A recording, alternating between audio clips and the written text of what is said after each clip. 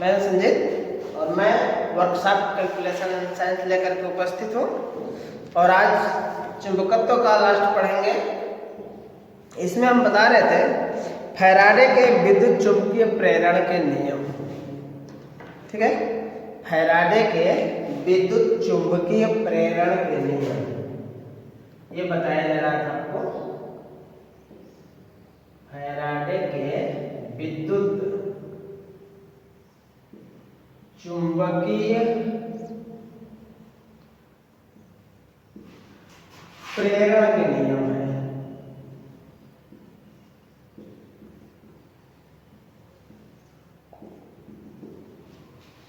तो फैराडे के विद्युत चुंबकीय प्रेरण का नियम दो प्रकार का होता है। फैराडे के विद्युत चुंबकीय प्रेरण का नियम दो प्रकार का होता है। फर्स्ट पहला नियम देख लीजिए क्या होता है। माइकल फैराडे एक वैज्ञानिक थे जिनके नाम पे फैराडे का नियम पड़ा। तो माइकल फैराडे के प्रथम नियम के अनुसार बदलते हुए चुंबकीय क्षेत्र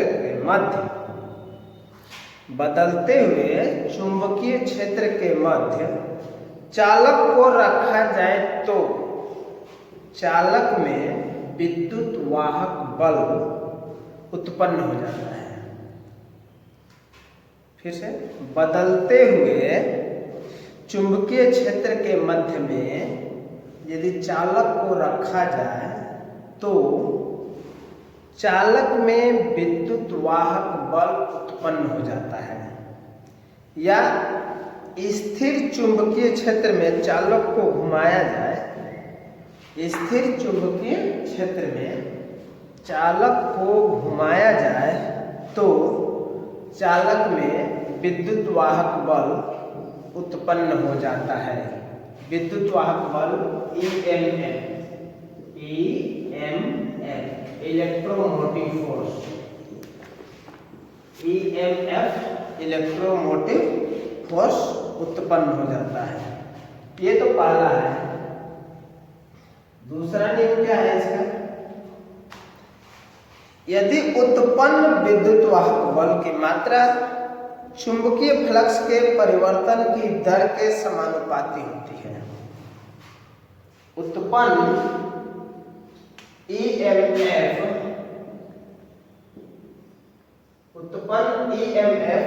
विद्युत वाहक बल की मात्रा यदि दर के परिवर्तन की दर के समानुपाती होती है।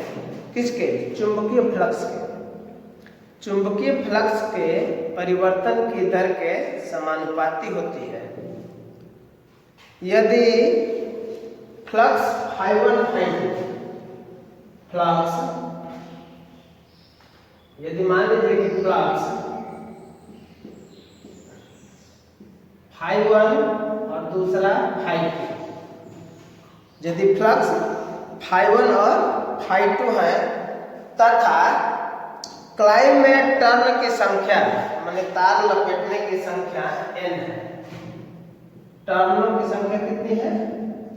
n है। तब प्रेरित विद्युत वाहक बल,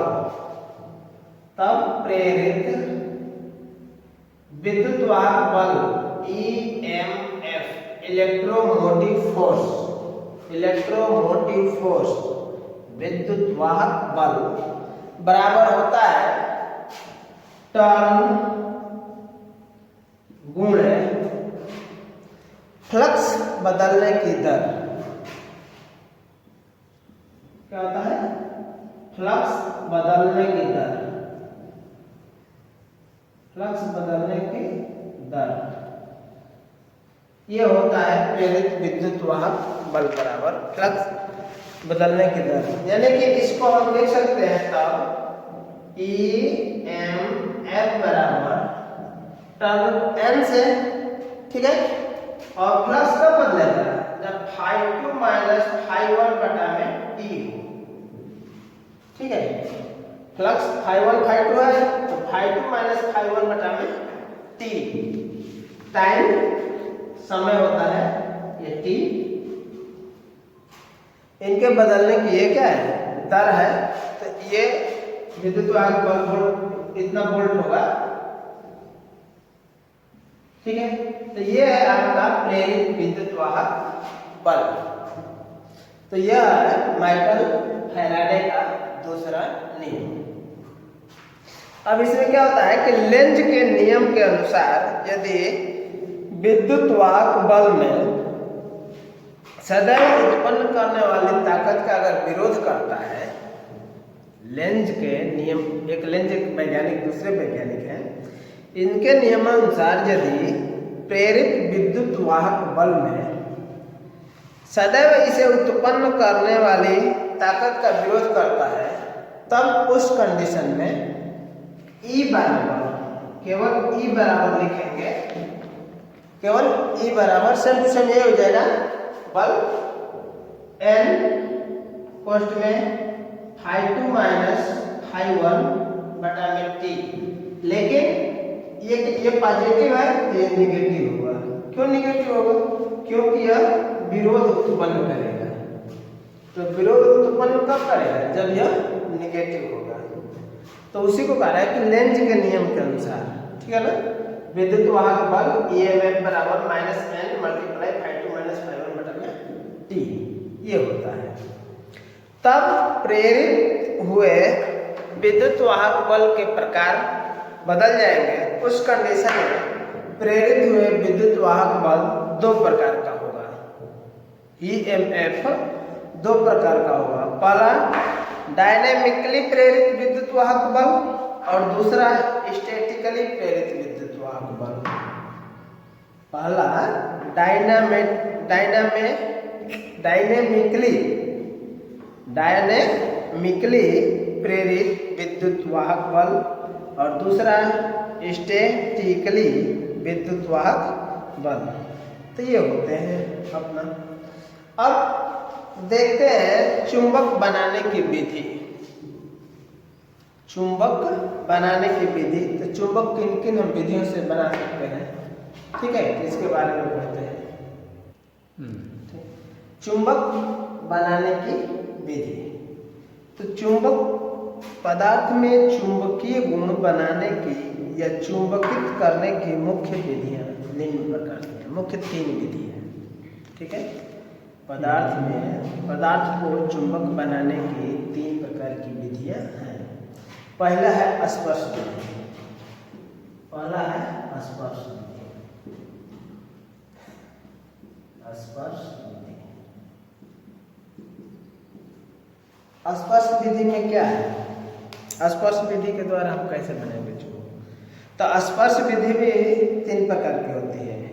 एक स्पर्श विधि, द्वितीय स्पर्श विधि और विभाजित स्पर्श विधि। तो एक स्पर्श विधि हम बता रहे हैं, ठीक है ना। स्पर्श विधि के बारे में देखिए कि चुंबक बनाने वाली स्टील की छड़ को एक सिरे पर चुंबक को रखें एवं उसे आखिरी सिरे तक रगड़ें। एक सिरे को चुंबक पर रख करके और उसे आखिरी सिरे तक क्या करते जाएं? रगड़ते जाएं। फिर उठाकर उसी सिरे पर रखें। पुनः इस क्रिया को दोहराएं जब तक कि स्टील छड़ में चुंबकीय गुण न उत्पन्न हो जाए। इस विधि को स्पर्श विधि बोलते हैं। कहने का मतलब ये है कि एक स्टील का छड़ ले लेंगे, एक चुंबक ले लेंगे और उस चुंबक से उस स्टील की छड़ पर रख लेंगे, एक सिरे से दूसरे सिरे तक, फिर दूसरे सिरे से पहले सिरे तक। इस तरह से तब तक करेंगे जब तक कि उसमें चुंबक का गुण न आ जाए। तो ये है स्पर्श विधि। एक चीज और देख लीजिए, जैसे मान लीजिए कि ये रहता है, जैसे यही है, हम इसको अपने बालों में ऐसे देर तक रगड़े और रगड़ने के पश्चात इस तरह से जमीन पर टच कराएंगे तो इसमें देखिए धूल और कण चिपक गई है, देख रहे हैं ना।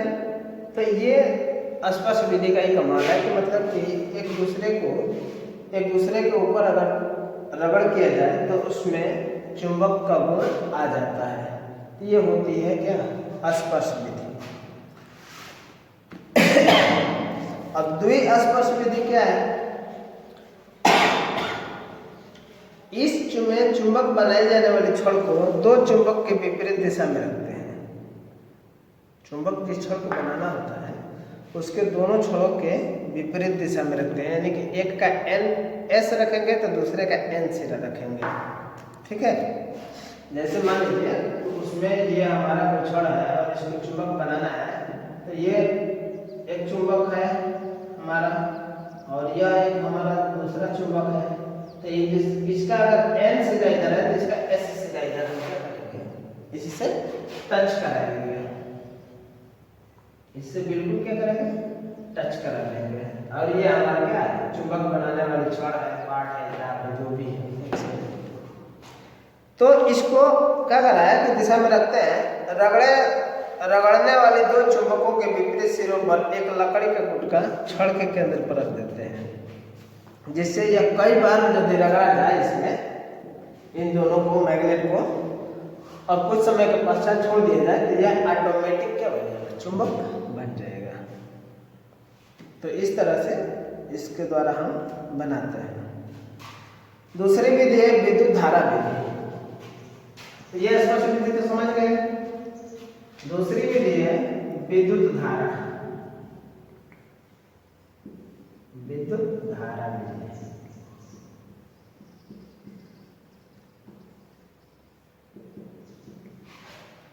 तो अब इसमें क्या करते हैं, विद्युत धारा विधि में हम क्या करेंगे, तो जिस छड़ को चुंबक बनाना है, विद्युत धारा विधि में क्या करेंगे कि जिस छड़ को चुंबक बनाना है उसके ऊपर सुपर इनेमल तार या इंसुलेशन तार से टर्न देकर कॉइल बनाई जाती है। कहने का तात्पर्य ये है कि जैसे मान लीजिए कि ये हमारी छड़ है और हमें इसको क्या करना है, चुंबक बनाना है, तो इस पे हम वायर लपेटेंगे, तार, ठीक है, इस पे हम क्या करेंगे, तार लपेटेंगे और तार लपेटने के पश्चात टर्न देकर कॉइल खाली कर देंगे। तो बैटरी या सेल के द्वारा कुछ समय के लिए वायर में डीसी सप्लाई गुजारेंगे, एसी नहीं, डीसी धारा इसमें क्या करेंगे, प्रवाहित करेंगे, जिससे स्टील की छड़ में चुंबकीय गुण आ जाए, जिससे इस छड़ में चुंबकीय गुण आ जाए। लेकिन छड़ नर्म लोहे की बनी होती है, तो चुंबक तब तक रहता है जब तक धारा प्रवाहित होती है। इस विधि से बना विद्युत चुंबक प्रयोगशालाओं के काम में आता है, ठीक है। नर्म लोहे के ऊपर तार हम लपेट देंगे, तार लपेटने के पश्चात उसको हम डीसी से कनेक्ट करेंगे और उसमें चुंबकत्व का गुण आ जाएगा, तो उसमें एसी प्रवाहित कर सकते हैं। तो यह तभी तक चुंबक बना रहेगा जब तक कि इसमें धारा प्रवाहित होती रहेगी, ठीक है। जैसे ही धारा डिस्कनेक्ट होगी, इसके चुंबकत्व का गुण क्या हो जाएगा, समाप्त हो जाएगा। यह है विद्युत धारा विधि, यानी कि विद्युत धारा जब तक बहती रहेगी उसके टर्न में, तब तक वो चुंबक का काम करेगा, बाय द वे उसके बाद वो चुंबक का गुण खो देगा, चुंबक का काम नहीं कर पाएगा। तीसरा है प्रेरण विधि, तीसरा है प्रेरण विधि,